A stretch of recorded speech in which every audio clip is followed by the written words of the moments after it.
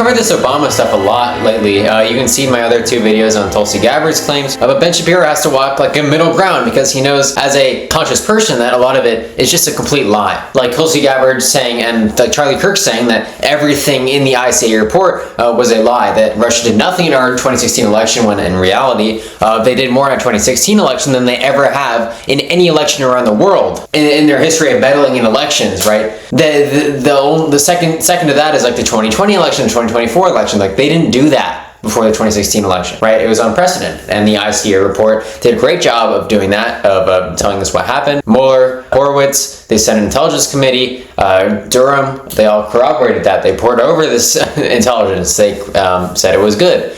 But Ben Shapiro is going to add in this kind of pointing out the obvious, right? That Tulsi Gabbard's claims are complete BS, but he's saying it in nicer terms right here.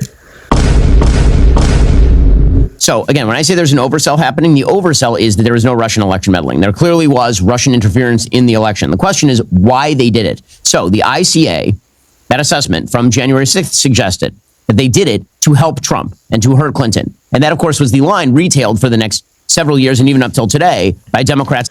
Yes, and this is quite obvious. So the point that the House Intelligence Report, which I'll get into in a second, makes, they quibble with the intelligence in the ICA. They call it second rate for bad reasons. They insult its tradecraft by going after the fact that it used like a single source, a highly connected Kremlin asset that was highly connected to Putin, told him that Putin preferred Trump. We have other reasons to suspect that, though. Right? We can look at the actions of the GRU, the military intelligence, who had fronts on Twitter in Guccifer 2.0, right? A very, very pro-Trump lone Romanian hacker, which was being controlled by the GRU, commanded by Putin, right? They respond to Putin. We have the Internet Research Agency, which is funded by Putin, does the Kremlin agenda, is basically a quasi-government agency. So Putin obviously controls what they do, right? He's a dictator, and they had troll farms that basically attacked Hillary Clinton from every side, right? The pro-Trump side, they attacked her from Bernie Sanders and Jill Stein's side. They did stuff to reduce Democrat voter turnout. These acts reach hundreds of millions, right? We know all this stuff. They also hacked DNC emails, hacked the Podesta emails, released them at convenient times that were conveniently super harmful to Democrats, right before the DNC. And the Podesta emails, who was the manager for Hillary Clinton, I believe, right before the election. So it doesn't take a genius to know that Putin preferred Trump. Never mind the fact that he said that himself. So I appreciate Ben Shapiro's like calling out the BS that Charlie Kirk would not call out. That Russians did impact the election results. You could say they accidentally were in favor of Clinton, but they obviously did. They did it in an unprecedented way.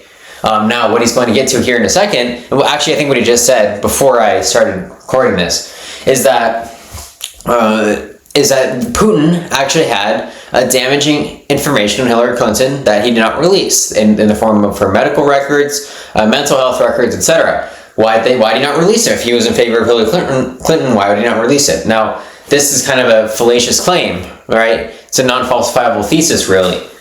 You can't say that just because he didn't pull out all the stops, like Putin had to pull out all the stops to be in favor of Hillary Clinton. Well, tell me one stop he pulled to hurt Trump, right? It's absurd. He was just keeping that extra blackmail because it was legit blackmail. The Podesta emails and the DNC emails wouldn't be good blackmail after the election. Hillary Clinton's mental health records, that's great blackmail. Why would you waste that on an election that you believe Trump's going to lose anyways? So I'll let it continue for a bit. Now, friends, that probably is not true, according to this House Intelligence Report. In fact, there's good information that not only is it not true, that essentially the Obama administration went back and doctored the intelligence in order to achieve that effect. Okay, so now we get into the House Intelligence Report.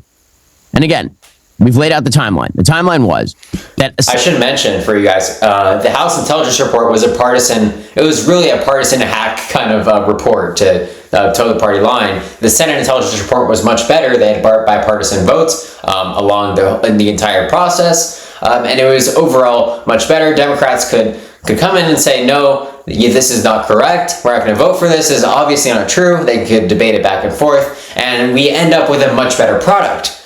The House Intelligence Report was just written up by Republicans. They were just written by Republicans who wanted some reason for Trump to kind of vindicate himself, right? To toe the line that Russia did nothing, that it was all a Russian hoax, right? That's the line they were kind of trying to toe. So comparing these two reports is absurd. They're not even of the same caliber.